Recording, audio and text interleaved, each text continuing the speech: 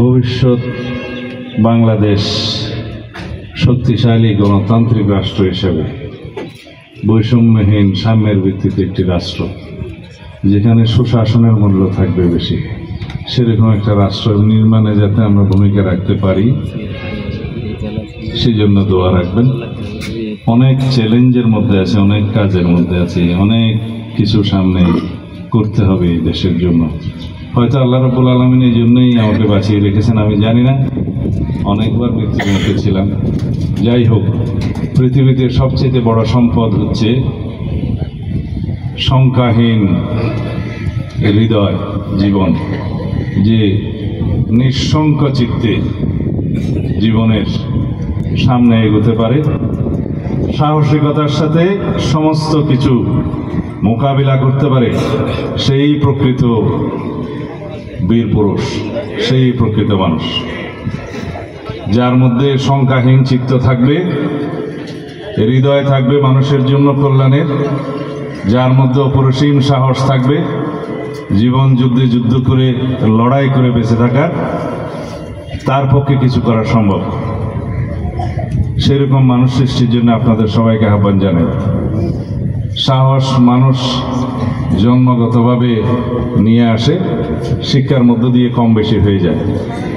যে শিশু ভূমিষ্ঠ হলো, সেই জানে না সামনে আগুন, সামনে সাপ, সামনে কি, এটা কত ভয়ঙ্কর। সে সেটা স্পর্শ করে, কারণ সে জানে না, তার মধ্যে সেই সাহসটা থাকে। মানুষ তাদেরকেই স্মরণ রাখে যারা মনুষ্যত্ববোধ সম্পন্ন এবং মানবিকতা সম্পন্ন, পৃথিবীর জন্য কিছু অবদান রেখে গেছে, সেই মানুষদেরকে স্মরণ রাখে, সেই রকম নেতৃত্ব থেকে স্মরণ রাখে।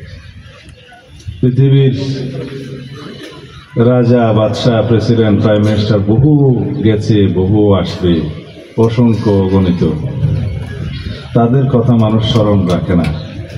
কিন্তু একজন মানুষ যিনি সমাজের জন্য, পৃথিবীর জন্য কল্যাণকর কিছু অবদান রেখে গেছেন, যেটা অনির্দিষ্টকাল পর্যন্ত, ইনফিনিটি পর্যন্ত চলবে, তাদেরকে মানুষ স্মরণ রাখে। সেই রকম অনেক বিজ্ঞানীর কথা আপনারা জানেন, অনেক কবি সাহিত্যিকের কথা আপনারা জানেন, অনেক চিত্রকরের কথা জানেন, অনেক সায়েন্টিস্টের কথা জানেন, যারা সমাজ বিনির্মাণের জন্য কাজ করে। একজন ফিলোসফার সমাজকে, রাষ্ট্রকে, বিশ্বকে দর্শন দিয়ে পরিচালিত করে। আপনারা শিক্ষকরা একজন ফিলোসফার ছাত্রদের কাছে, আপনারা সেরকম দর্শন দিয়ে, মূল্যবোধ দিয়ে, আচার আচরণ দিয়ে আপনাদের ছাত্রদেরকে ভবিষ্যৎ জীবনের জন্য তৈরি করবেন, মনুষ্যত্ববোধ মানুষের জন্য, মানবিকতা সম্পন্ন গুণাবলী নিয়ে যেন তারা বড় হতে পারে। আমি এর বেশি কিছু বলতে চাই না, কারণ এর বেশি জ্ঞান বিতরণের মতো আমার ক্ষমতা নেই, দক্ষতা নেই। যাই হোক, আজকের এই সামাজিক অনুষ্ঠানে আমি আমার শিক্ষকদেরকে শ্রদ্ধা জানাই অন্তরের অন্তঃস্থল থেকে। যাই হোক, আমার এই বৃদ্ধ বয়সে আমি আমার চাইতেও বৃদ্ধ আমার শিক্ষকদেরকে আজকে এই সুযোগে দেখতে পেলাম। আপনারা সবাই আমার জন্য দোয়া করবেন। এবং পরিবার প্রথম বিদ্যালয়, তারপরে শিক্ষালয় হচ্ছে দ্বিতীয় বিদ্যালয়। পরিবারের শিক্ষাটাই প্রধান।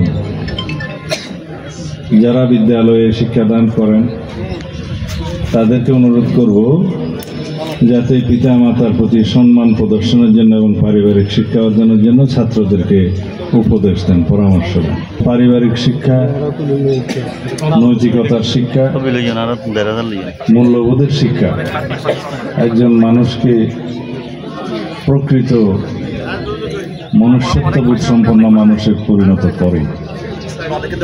সেই শিক্ষা যত বেশি হবে, তত মানবিক একটি রাষ্ট্র, সমাজ বিনির্মাণ হবে। সুতরাং একটা বেটার হিউম্যান বিইং হওয়ার জন্য, সবসময় হিউম্যান কোয়ালিটি অর্জন করার জন্য মানবিক, নৈতিক, ধর্মীয় মূল্যবোধ সম্পর্ক, আচার আচরণ এবং সংস্কৃতি আমাদেরকে চর্চা করতে হবে, তাহলেই প্রকৃত একজন মানুষ হওয়া যাবে। ধনবান মানুষ পৃথিবীতে অনেক আছে, কিন্তু সত্যিকার অর্থে তাদের মধ্যে কয়জন মানুষ মনুষ্যত্ববোধ নিয়ে থাকে? সমাজের অনেক উচ্চ স্তরে অনেক বিদ্বান মানুষ আছে, তাদের মধ্যে অনেকেই আছেন প্রকৃতপক্ষে মনুষ্যত্ববোধ নিয়ে সমাজে ভূমিকা রাখছে দেখা যায় না। অনেক রাজনৈতিক নেতৃবৃন্দ আছেন, শক্তিশালী মানুষ আছেন, পদপদবিধারী মানুষ আছেন সারা পৃথিবীব্যাপী, অনেকেই আছেন। তাদের মধ্যে কয়জন মানবিক নেতৃত্ব দিয়ে রাষ্ট্র এবং সমাজের নেতৃত্ব দেয়? তাদের সংখ্যাও খুব কম।